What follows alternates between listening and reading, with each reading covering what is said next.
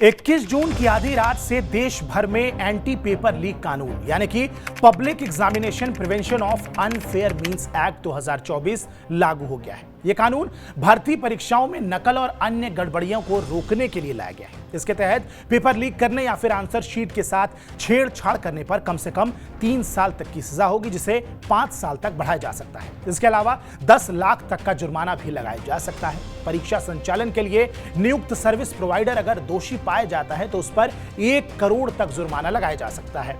अगर service provider अवैध गतिविधियों में शामिल है तो उससे परीक्षा की पूरी लागत भी वसूली जाएगी। गौरतलब है कि public examination prevention of unfair means act इसी साल 6 फरवरी को लोकसभा और 9 फरवरी को राज्यसभा से पारित हुआ था। राष्ट्रपति द्रौपदी मुर्मू ने 12 फरवरी 2024 को बिल को मंजूरी देकर इसे कानून में बदल दिया। बस इसे लागू किए जाने की अधिसूचना यानी कि नोटिफिकेशन जारी किया जाना बाकी था। नीट और यूजीसी नेट जैसी परीक्षाओं में गड़बड़ियों के बीच यह कानून लाने का फैसला एक बड़ा कदम माना जा रहा है। इससे पहले केंद्र सरकार और जांच एजेंसियों के पास परीक्षा में गड़बड़ी से जुड़े अपराधों से निपटने के लिए अलग से कोई ठोस कानून नहीं था।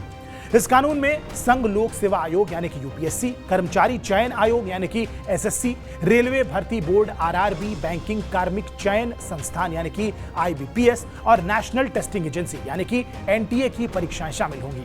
केंद्र सरकार के सभी मंत्रालयों और विभागीय भर्ती परीक्षाएं भी इस कानून के दायरे में आएंगी। इस कानून के तहत सभी अपराध संज्ञेय और गैर जमानती होंगे। ग्राफिक्स के जरिए समझिए कि कौन सी गड़बड़ियां अपराध की कैटेगरी में शामिल होंगी। किसी परीक्षा का प्रश्न पत्र या आंसर को लीक करना, प्रश्न पत्र या आंसर की लीक करने में किसी के साथ शामिल होना, बिना परमिशन प्रश्न पत्र या ओएमआर शीट अपने पास रखना, एग्जाम के दौरान किसी से जवाब लिखने के लिए मदद लेना, परीक्षा दे रहे कैंडिडेट को डायरेक्ट या इनडायरेक्ट मदद करना, एग्जाम आंसर शीट या ओएमआर शीट के साथ छेड़छाड़ करना, कॉपियों के मूल्यांकन में बिना अनुमति छेड़छाड़ करना, सरकारी एजेंसी द्वारा तय परीक्षा के मानकों का उल्लंघन करना, मेरिट के लिए तय डॉक्यूमेंट्स में किसी तरह की छेड़छाड़ करना, पब्लिक एग्जाम के लिए तय सिक्योरिटी मानकों का उल्लंघन करना, एग्जाम के दौरान कंप्यूटर सिस्टम या नेटवर्क में छेड़छाड़ करना, कैंडिडेट की सीट अरेंजमेंट, एग्जाम डेट या शिफ्ट में छेड़छाड़ करना, किसी एग्जामिनेशन अथॉरिटी को धमकाना या काम करने से रोकना, परीक्षा या एग्जाम अथॉरिटी से जुड़ी नकली वेबसाइट बनाना, फर्जी एडमिट कार्ड जारी करना या परीक्षा आयोजित कराना। ये कानून ऑर्गेनाइजेशन, गैंग्स, माफिया और इस तरह के कामों में लगे लोगों से निपटने के लिए लाया गया है। इसके साथ ही अगर सरकारी अधिकारी भी इस तरह की गतिविधि में शामिल पाए जाते हैं तो उनको भी अपराधी माना जाएगा। किसी भी ऐसे शख्स को जिसे पब्लिक एग्जाम या उससे जुड़ा काम नहीं दिया गया है उसे एग्जामिनेशन सेंटर में एंट्री नहीं दी जाएगी। एंटी पेपर लीक कानून के तहत अगर किसी तरह की गड़बड़ी में एग्जाम सेंटर की भूमिका पाई जाती है तो उस सेंटर को 4 साल तक के लिए ब्लैक लिस्टेड किया जा सकता है। इस कानून में किसी संस्थान की संपत्ति कुर्क करने और जब्त करने का भी प्रावधान है। साथ ही परीक्षा की लागत भी वसूली जा सकती है। कानून के तहत कोई भी अधिकारी जो डीएसपी या एसीपी के पद से नीचे ना हो परीक्षा में गड़बड़ी के मामलों की जांच कर सकता है। इस कानून के तहत केंद्र सरकार किसी भी मामले की जांच केंद्रीय जांच एजेंसी से करा सकती है। नीट परीक्षा में गड़बड़ी के बाद बीते 10 दिन में एनटीए की 3 परीक्षाएं या तो रद्द कर दी गई या फिर पोस्टपोन यानी कि स्थगित कर दी गई हैं। इसमें नेशनल कॉमन एंट्रेंस टेस्ट यानी कि एनसीईटी है, यूजीसी नेट और सीएसआईआर यूजीसी नेट एग्जाम शामिल है। नेशनल कॉमन एंट्रेंस टेस्ट 4 साल की इंटीग्रेटेड टीचर एजुकेशन प्रोग्राम के एडमिशन के लिए कराई जाती है।